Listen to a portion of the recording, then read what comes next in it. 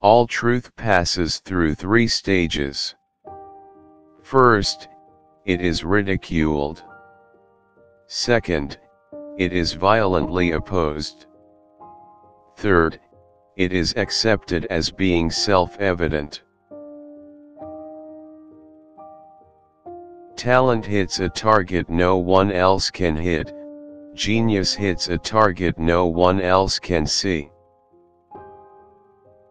To live alone is the fate of all great souls.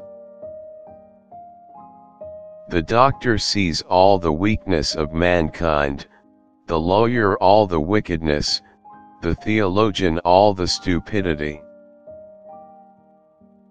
Each day is a little life, every waking and rising a little birth, every fresh morning a little youth, every going to rest and sleep a little death. A man can be himself only so long as he is alone, and if he does not love solitude, he will not love freedom, for it is only when he is alone that he is really free. Great men are like eagles, and build their nest on some lofty solitude. The greatest of follies is to sacrifice health for any other kind of happiness. Willpower is to the mind like a strong blind man, who carries on his shoulders a lame man, who can see. A man can do what he wants, but not want what he wants. Satisfaction consists in freedom from pain, which is the positive element of life. Money is human happiness in the abstract. He, then, who is no longer capable of enjoying human happiness, in the concrete devotes himself utterly to money. They tell us that suicide is the greatest piece of cowardice, that suicide is wrong, when it is quite obvious that there is nothing in the world to which every man has a more unassailable title than to his own life and person. The first 40 years of life give us the text, the next 30 supply the commentary on it. Every man takes the limits of his own field, a vision for the limits of the world. Men are by nature merely indifferent to one another, but women are by nature enemies. Almost all of our sorrows spring out of our relations with other people. Wealth is like sea water. The more we drink, the thirstier we become, and the same is true of fame. Every parting gives a foretaste of death, every reunion a hint of the resurrection. After your death, you will be what you were before your birth. Nature shows that, with the growth of intelligence comes increased capacity for pain, and it is only with the highest degree of intelligence that suffering reaches its supreme point. There is no doubt that life is given us, not to be enjoyed, but to be overcome, to be got over. The more unintelligent a man is, the less mysterious existence seems to him. With people of limited ability, modesty is merely honesty. But with those who possess great talent, it is hypocrisy.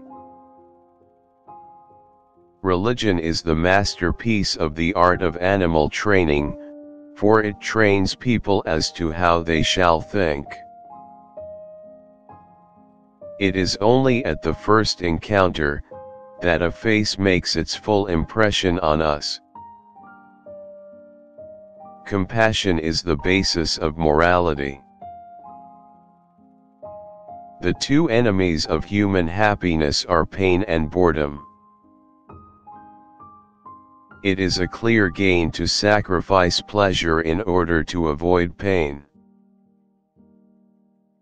Change alone is eternal, perpetual, immortal.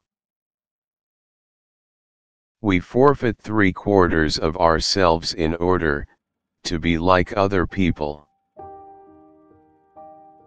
Friends and acquaintances are the surest passport to fortune. In our monogamous part of the world, to marry means to have one's rights and double one's duties. Politeness is to human nature what warmth is to wax. Music is the melody, whose text is the world. Treat a work of art like a prince. Let it speak to you first. Will minus intellect constitutes vulgarity. Rascals are always sociable, more's the pity. And the chief sign that a man has any nobility in his character is the little pleasure he takes in others' company. In the sphere of thought, absurdity and perversity remain the masters of the world, and their dominion is suspended only for brief periods. Hatred is an affair of the heart, contempt that of the head. Every person takes the limits of their own field of vision for the limits of the world. It's the niceties that make the difference. Fate gives us the hand, and we play the cards. Wicked thoughts and worthless efforts gradually set their mark on the face, especially the eyes.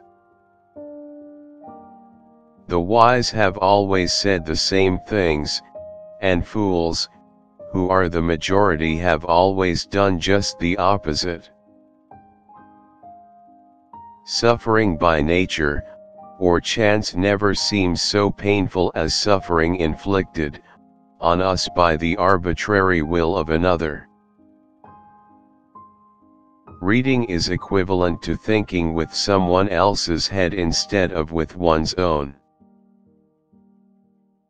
Boredom is just the reverse side of fascination. Both depend on being outside rather than inside a situation, and one leads to the other. It is in the treatment of trifles that a person shows what they are.